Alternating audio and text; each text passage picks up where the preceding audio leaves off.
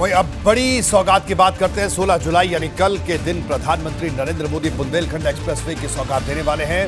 यह एक्सप्रेसवे बुंदेलखंड के लिए बहुत उपयोगी साबित होने वाला है, क्योंकि 7 जिलों को जोड़ने वाले इस बुलंद पथ से यूपी के पिछड़े हिस्से की तस्वीर बदल जाएगी। आज कार्यक्रम की तैयारियों को अंतिम रूप देने के लिए खुद एसीएस होम अवनीश अवस्थी जालौन पहुंचे।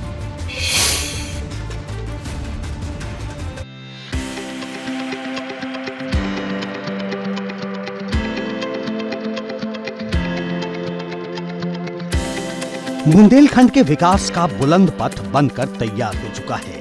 शनिवार को जब पीएम मोदी बुंदेलखंड एक्सप्रेसवे का लोकार्पण करेंगे तो यूपी का पिछड़ा माने जाने वाला इलाका भी विकास की रेस में आ जाएगा, क्योंकि 6 घंटे में अब चित्रकूट से इटावा का सफर पूरा होगा और इटावा के रास्ते बुंदेलखंड की दिल्ली तक पहुंच आसान हो जाएगी।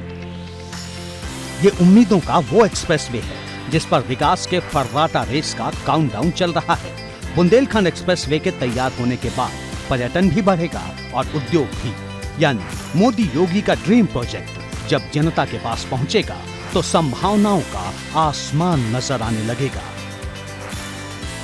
पीएम मोदी जालौन से इस एक्सप्रेसवे का उद्घाटन करने वाले हैं। इसके लिए पीएम सुबह 10:30 बजे कानपुर के चकेरी एयरपोर्ट पहुंचेंगे और फिर विशेष हेलीकॉप्टर से जालौन पहुंचेंगे।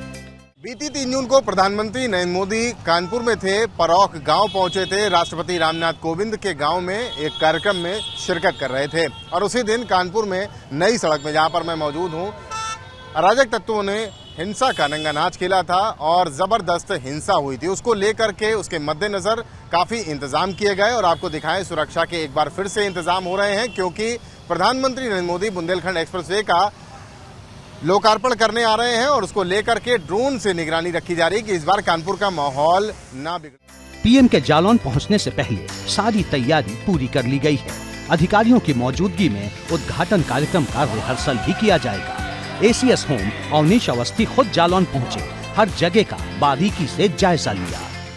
चित्रकूट पर आप सड़क पर चढ़ते हैं तो अगल बगल कौन कौन से शहर, जनपद और अच्छे मॉन्यूमेंट्स, धार्मिक स्थल, जो पौराणिक स्थल है, उनको बताते हुए हम जा रहे हैं। तो सैंड आर्टिस्ट के माध्यम से, उनके आर्ट के माध्यम से आगे बढ़ते हुए पूरे बुंदेलखंड का सैर की ये एक सैर होगी और उसी के तहत जो है लोगों को जानकारी होगी कि बुंदेलखंड में क्या क्या नायाब चीज़ें हैं जो देखने लायक।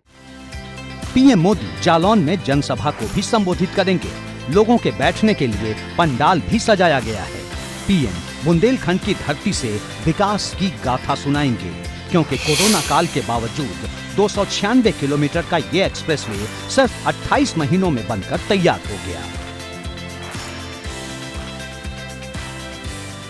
प्रधानमंत्री के आने की तैयारियों को पूरा कर लिया, अंतिम दौर दे दिया जा चुका है।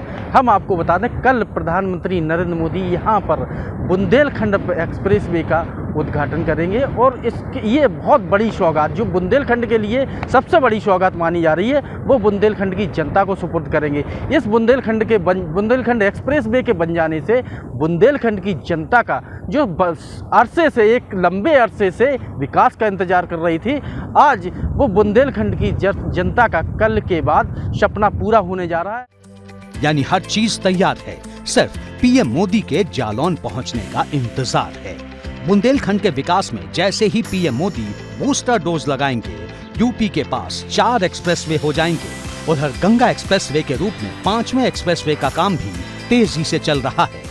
बुंदेलखंड एक्सप्रेसवे बन जाने के बाद जहां चित्रकूट से लखनऊ और दिल्ली नजदीक आ गए हैं, वहीं मुश्किलों भरा सफर भी बेहद आसान हो गया है।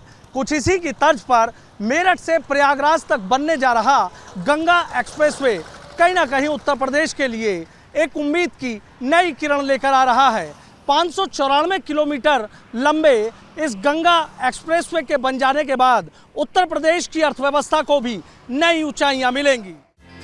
एक्सप्रेसवे सिर्फ एक सड़क नहीं, बल्कि विकास का दूसरा नाम होता है, जो यूपी के इंफ्रास्ट्रक्चर और तरक्की की नई इबारत लिख रहा है। एबीपी गंगा के लिए ब्यूरो रिपोर्ट।